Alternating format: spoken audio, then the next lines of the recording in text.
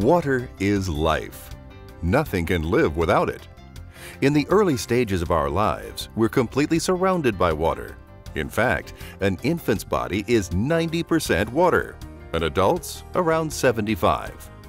Clean water is necessary for all of our bodily functions. Water lubricates our tissues and keeps us limber, while flushing out excess wastes, fats, and toxins. Without enough fresh water, we become fatigued and our metabolism becomes sluggish. In fact, if we wait until we're thirsty to drink, we've waited too long. The truth is, we use water every day of our lives. We cook with water, prepare our baby's formula with water, we bathe in water, and when we're thirsty, there's nothing more refreshing than a cool, crisp glass of water. The water we drink today is actually billions of years old. It's the same water that's been here since the beginning of time, and it's the only water we'll ever have.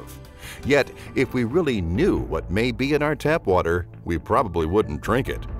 Public health regulations require chlorine to be present in all public drinking water supplies. However, ordinary tap water can be loaded with chemicals, pesticides, chlorides, and many other contaminants. Today, 7 out of 10 Americans drink chlorinated water. Yet according to the U.S. Council on Environmental Quality, cancer risk among people drinking chlorinated water is 93% higher than those whose water does not contain chlorine.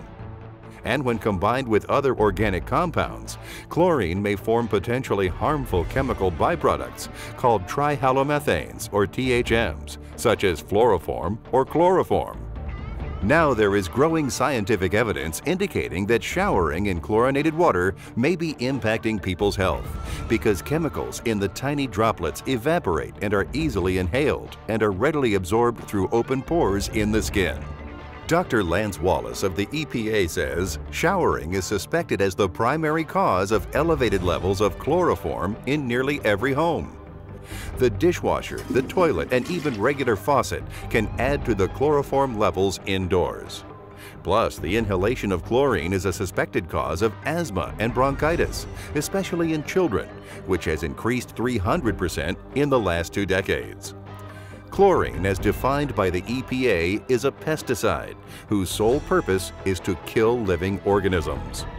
The use of pesticides and other dangerous chemicals has become so excessive, they are now commonly found in household tap water. In a startling 1994 study by the Environmental Working Group titled Tap Water Blues, they tested the water supply of 29 major cities. The report found traces of at least one weed killer in all 29 cities. Many cities found numerous pesticides, while one found 9 different pesticides in a single glass of drinking water. An eye-opening side note, up to 45,000 infants drink formula mixed with tap water containing weed killer. Over half of these infants were swallowing 4 to 9 chemicals in every bottle. Next to chlorine, lead is the most common contaminant found in water supplies.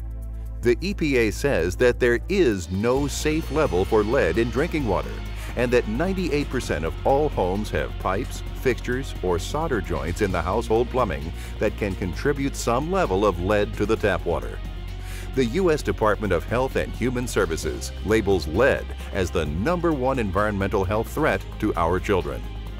According to U.S. News and World Report, 1 in 6 children have elevated levels of lead in their blood, 40% of which is due to water contamination. The EPA also says more than 40 million adult Americans are drinking water containing excessive levels of lead. Unfortunately, the chemical and industrial revolution has created toxic waste that slowly poisons our environment and pollutes our groundwater supplies. The Ralph Nader Research Group, after reviewing thousands of pages of EPA documents, found over 2,100 toxic chemicals have been detected in U.S. water supplies.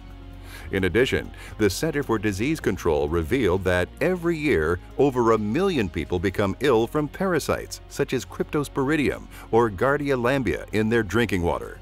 Can you see why there are hundreds of boil water alerts issued every year by local governments across the United States?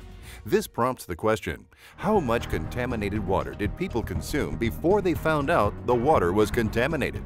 The fact is, clean, safe water has become a major worldwide concern. How safe is your water?